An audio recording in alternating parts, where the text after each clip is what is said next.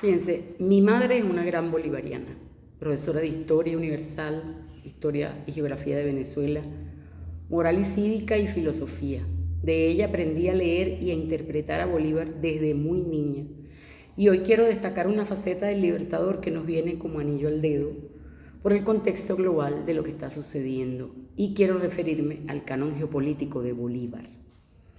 En el actual proceso de reconfiguración del orden mundial, cuando las grandes potencias compiten por el control de minerales estratégicos, corredores energéticos, rutas comerciales y plataformas tecnológicas, el pensamiento de Simón Bolívar adquiere una dimensión que trasciende la historia, porque su obra constituye una verdadera doctrina constitucional de la soberanía y un canon geopolítico para la defensa de la República frente a las nuevas formas de dominación.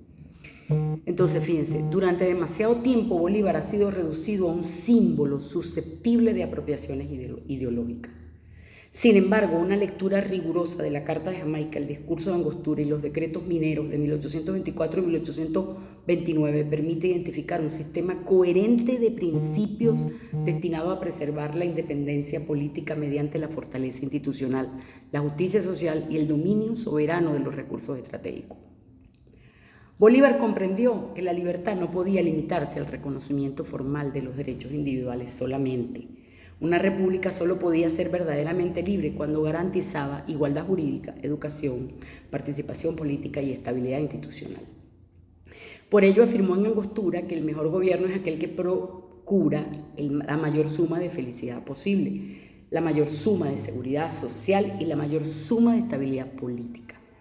Esa formulación anticipa una concepción de libertad social donde los derechos individuales encuentran sustento en una comunidad política organizada bajo el imperio de la Constitución. En la libertad sin igualdad degenera en privilegio y la igualdad sin libertad conduce al despotismo. Entonces la República exige equilibrio entre ambas. En esa misma lógica constitucional, Bolívar estableció que la soberanía reside en el pueblo y solo puede ejercerse mediante instituciones sometidas al derecho. La división de poderes, la moral pública, la educación ciudadana no constituían simples mecanismos administrativos, sino las garantías para impedir que el poder dejara de servir al bien común y terminara subordinado a intereses particulares. Su célebre afirmación, que moral y luces son nuestras primeras necesidades, expresa una verdad política permanente. Ninguna constitución puede sobrevivir cuando destruye la ética pública que la sostiene. Pero el aporte más visionario del Libertador aparece cuando vincula la organización constitucional con la geopolítica.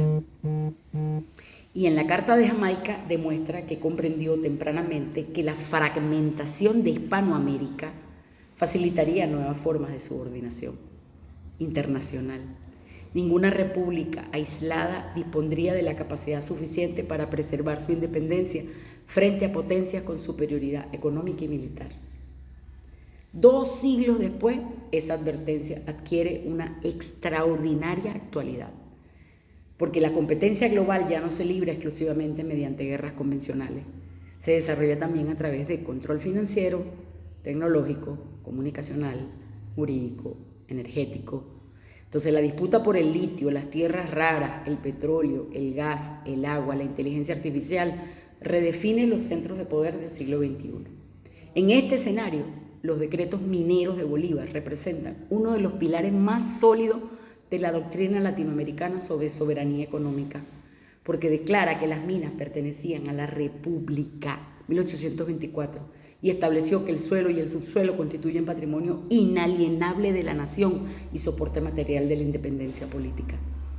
Este principio conserva plena vigencia constitucional. Ningún Estado puede ejercer soberanía efectiva si pierde el control estratégico sobre sus recursos naturales o permite que estos sean administrados conforme a intereses ajenos al bien común. Entonces, la riqueza mineral y energética y biológica no es una mercancía cualquiera, constituye el activo geopolítico indispensable para garantizar el desarrollo, la seguridad nacional y los derechos de las generaciones futuras.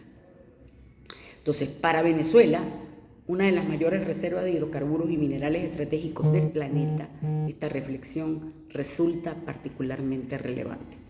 pues la defensa del territorio, del subsuelo y de los bienes públicos no puede entenderse únicamente como un problema económico. Constituye una obligación constitucional directamente vinculada con la preservación de la independencia nacional, que es irrenunciable. La autodeterminación del pueblo venezolano es irrenunciable.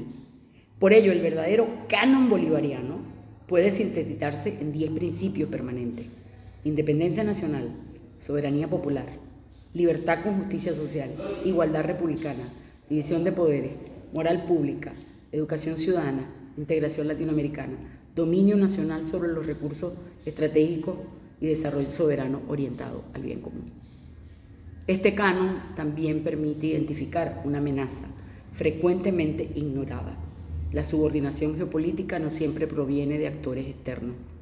También puede producirse cuando élites nacionales renuncian al interés público y debilitan a las instituciones constitucionales o convierten la soberanía en objeto de negociación para favorecer intereses privados o extranjeros. Bolívar comprendió que la independencia era un proceso permanente y no un acontecimiento concluido en 1821. Cada generación está llamada a defenderla frente a las nuevas formas de dominación que impone su tiempo. Es una obligación. Y hoy, cuando el orden internacional atraviesa una transformación sin precedentes, el pensamiento del libertador ofrece una enseñanza de extraordinaria vigencia. Sin soberanía sobre los recursos estratégicos no existe independencia política. Sin constitución no existe república. Y sin moral pública ninguna nación puede preservar su libertad.